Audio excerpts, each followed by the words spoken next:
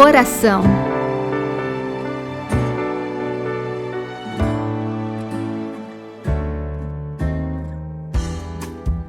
Olá, meu irmão, minha irmã, sou o Padre Eliomar Ribeiro, o diretor nacional do Apostolado da Oração, do Movimento Eucarístico Jovem, a Rede Mundial de Oração do Papa no Brasil. Estamos iniciando este novo ano, 2022. Nós vamos refletir sobre o tema da intenção de oração do Papa para esse mês de janeiro, a discriminação e a perseguição religiosa. Acabamos de celebrar no dia 1º o Dia Mundial da Paz, rezando e pedindo esse dom, que é uma construção também nossa, para que a gente consiga conviver em paz com as pessoas. Uma outra paz necessária é essa convivência entre as várias realidades religiosas, as várias denominações religiosas. Como é possível, pergunta o Papa, que hoje muitas minorias religiosas sofram discriminação ou perseguição?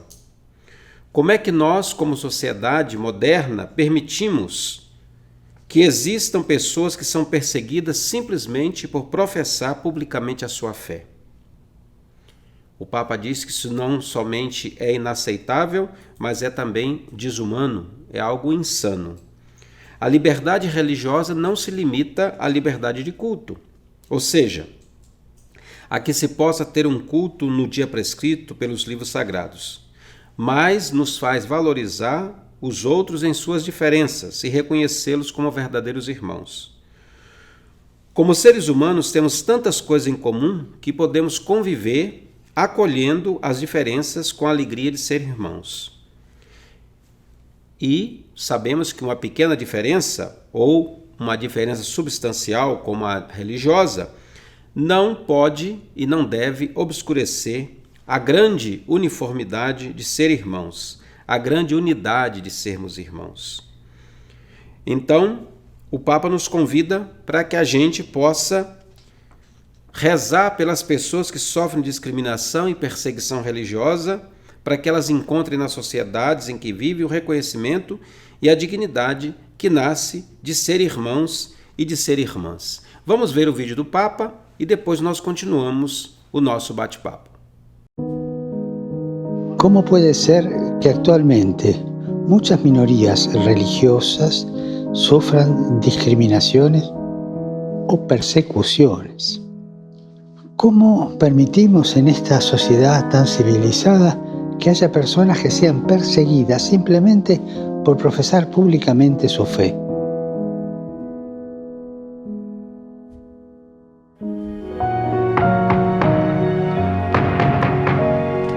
No solo es inaceptable, es inhumano, es una locura.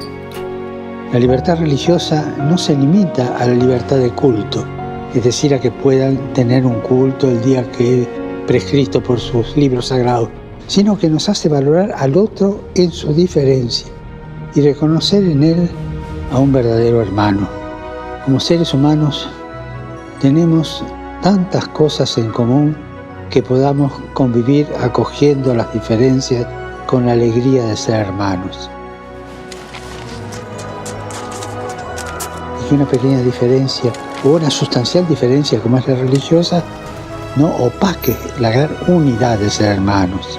Elijamos el camino de la fraternidad, porque o somos hermanos o perdemos todo. Recemos para que las personas que sufren discriminación, que sufren persecución religiosa, encuentren en las sociedades en las que viven el reconocimiento y la dignidad que proviene de ser hermanos y hermanas.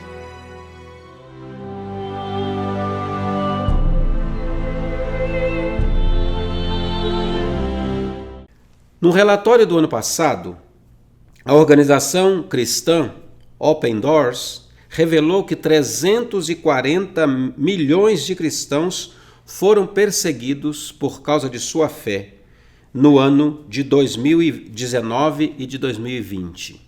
Então, isso é um dado enorme.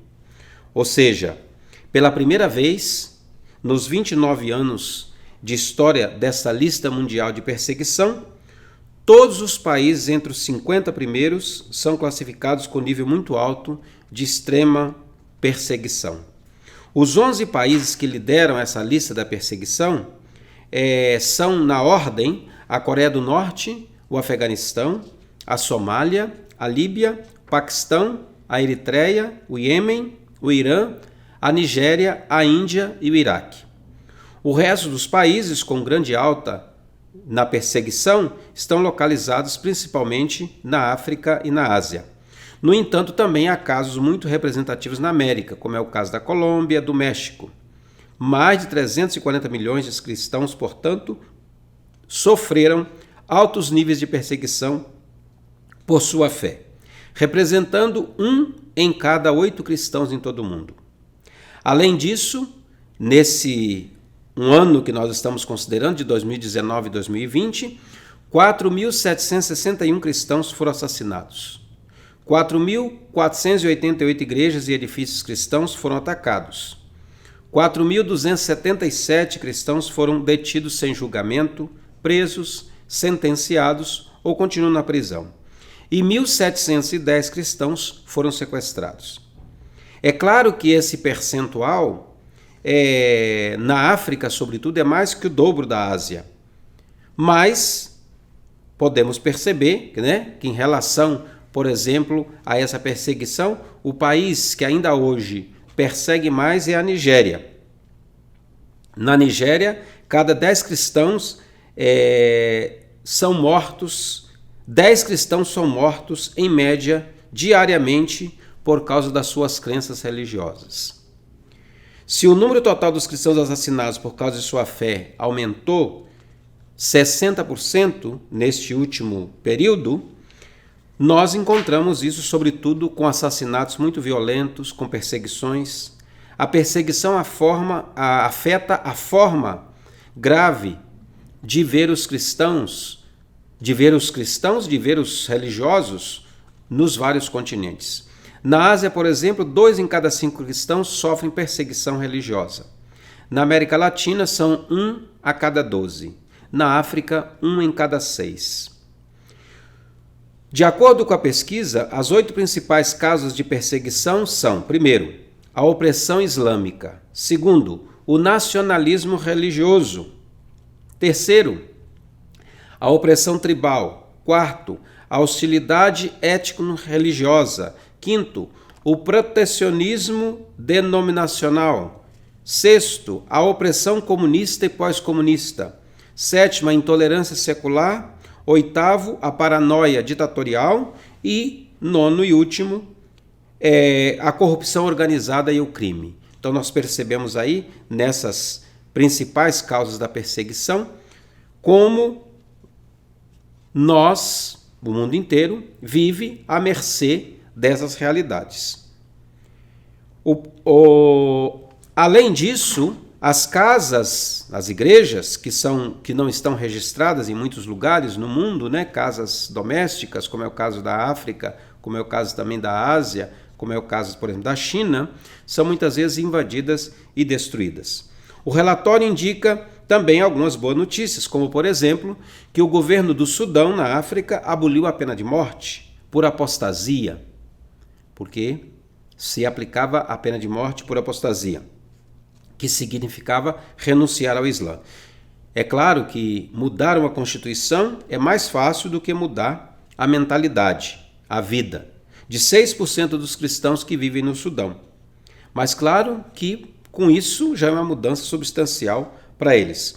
No Iraque, depois de sobreviver à ocupação de Mossul pelos militantes do Estado Islâmico, um grupo de voluntários muçulmanos vem desde 2017 limpando sem cessar as igrejas e as casas destruídas, declarando seu desejo de que os cristãos deslocados retornem e fiquem, já que sua história encontra suas raízes nesse lugar do Oriente Médio. Então nós percebemos que há esperança também, há pequenos sinais de diálogo, de proteção, de convivência.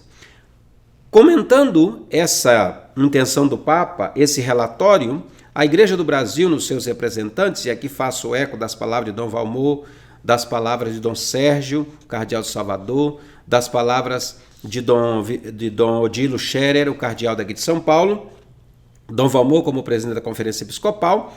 Eles comentam então essa questão da liberdade religiosa. E assim então diz Dom Valmor: a liberdade religiosa é garantia inegociável do direito que cada pessoa tem de buscar o seu caminho para encontrar e conectar-se com o sagrado, fazer a experiência do transcendente no atendimento de uma necessidade constitutiva da condição humana.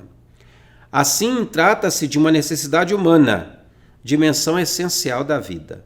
Então, a dimensão humana, a dimensão religiosa é uma dimensão humana, é uma necessidade humana, uma dimensão essencial da vida. E continua: a liberdade religiosa é fundamental para que todos tenham o direito de trilhar o próprio caminho na busca pela dimensão do divino e encontrar respostas para que sejam profundas para dar conta de dar sentido ao próprio viver. É uma questão, portanto, de sentido. A vida é um dom que tem sentido. A dimensão religiosa é imprescindível para se reconhecer o sentido da vida, especialmente nos momentos das dificuldades, dos desafios, no confronto das adversidades. Dom Odilo afirma que é impressionante verificar que no século XXI vivemos situações gravíssimas de limitação da liberdade religiosa, de manipulação da religião, de intolerância religiosa, muitas vezes promovida oficialmente pelo Estado. Em seguida, olhando o Brasil, ele ressalta que o Brasil é um Estado laico e que a Constituição deixa muito claro o que se entende neste caso. O que se entende neste caso? O Estado laico não tem uma religião oficial, não adota uma religião, não impõe uma religião aos cidadãos, respeita a religião de cada um ou a não religião se alguém não tem. Isto é, da liberdade individual de cada cidadão, e o Estado respeita e zela por essa liberdade. Por outro lado, nós sabemos que há o Estado antirreligioso, aquele que nega qualquer possibilidade religiosa. Nós temos alguns desses países ainda no mundo de hoje. Nós temos que estar muito atentos em nossa sociedade brasileira, e como um todo, quando muitas vezes se entende Estado laico como Estado antirreligioso. Então, são coisas diferentes. O Estado não pode pretender cercear a livre manifestação religiosa e também a participação livre dos cidadãos que têm fé e manifestam que são religiosos na vida pública. De acordo com Dom Valmor, voltando ao comentário dele, a comunidade católica é convidada cada vez mais a testemunhar o Evangelho com autenticidade no campo da política, com respeito à laicidade do Estado, à liberdade religiosa, compreendendo que a política é uma vocação de serviço. Esse ano é um ano eleitoral e nós queremos estar atentos novamente para votar bem, escolher bem os nossos governantes.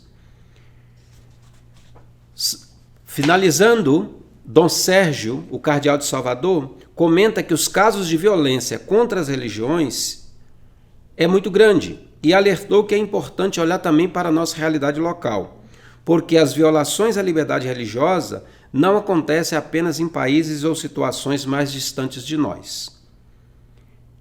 É preciso atenção, porque muitas vezes não levamos a sério ou não tomamos consciência daquilo que se passa próximos de nós, a começar nas nossas atitudes pessoais, de família, de comunidade.